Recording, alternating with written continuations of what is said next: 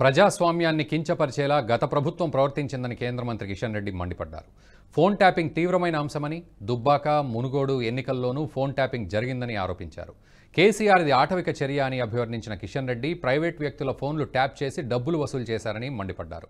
రాజకీయ కక్ష సాధింపునకు ట్యాపింగ్ను అస్త్రంగా మార్చుకున్నారని విమర్శించారు.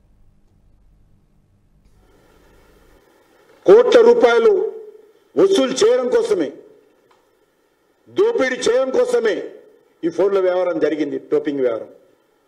కాబట్టి దీనిపైన ఉన్నత స్థాయి దర్యాప్తు జరపాలి. అది కేసీఆర్ కేటీఆర్ మొన్నేమన్నాడు, ఏదో అక్కడ కూడా ఫోన్ ట్యాపింగ్ జరపొచ్చు అన్నాడు ముఖ్యమంత్రి కొడుకు, మాజీ ముఖ్యమంత్రి కొడుకు. నిన్నంటాడు నాకేం సంబంధం అంటాడు. నేను ఒకటే అడుగుతాను ముఖ్యమంత్రి కుమారుణ్ణి, మాజీ ముఖ్యమంత్రి కుమారుణ్ణి, నువ్వు నీ శాఖకి సంబంధించిన విషయం మాట్లాడవా? ఇన్ని రోజులు మొత్తం ప్రభుత్వ వ్యవహారం అంతా కూడా నీ గుప్పిట్లో ఉన్నటువంటి మాట్లాడలేదా? ప్రతి దగ్గర కూడా ప్రభుత్వం ఏ కార్యక్రమం చేసినా కూడా ఒక షాడో ముఖ్యమంత్రిగా కేటీఆర్ వివరించడం లేదా? ఈరోజు కేసులు వస్తే నాకేం సంబంధం అంటాడా?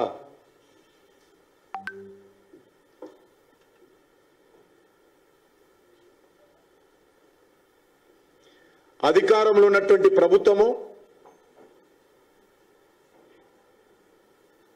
ఎన్నికల నియమావళి ఉల్లంఘించి రాజకీయ లబ్ధి కోసము ఎలక్షన్ కమిషన్ ఇచ్చినటువంటి ఆదేశాలను తుంగలో తొక్కి పూర్తిగా అధికార యంత్రాంగాన్ని తనకు అనుకూలంగా మలుచుకొని ప్రత్యర్థి రాజకీయ పార్టీలను దెబ్బతీసే విధంగా, ఓడించే విధంగా వ్యవహారం చేసింది. కాబట్టి ఎలక్షన్ కమిషన్ వెంటనే జోక్యం చేసుకొని. ఈ వీడియో మీకు నచ్చినట్టయితే లైక్ చేయండి, 10 మందికి షేర్ చేయండి. అలాగే కామెంట్ల రూపంలో మీ అభిప్రాయాలను మాతో పంచుకోండి. Nationalist hub group of channels ను సబ్స్క్రైబ్ చేసుకుని తెలుగునాట జాతీయవాద జర్నలిజాన్ని ప్రోత్సహించండి. ఈ వీడియో కింద ఉన్న బెల్ ఐకాన్ పై క్లిక్ చేయడం మర్చిపోవద్దు.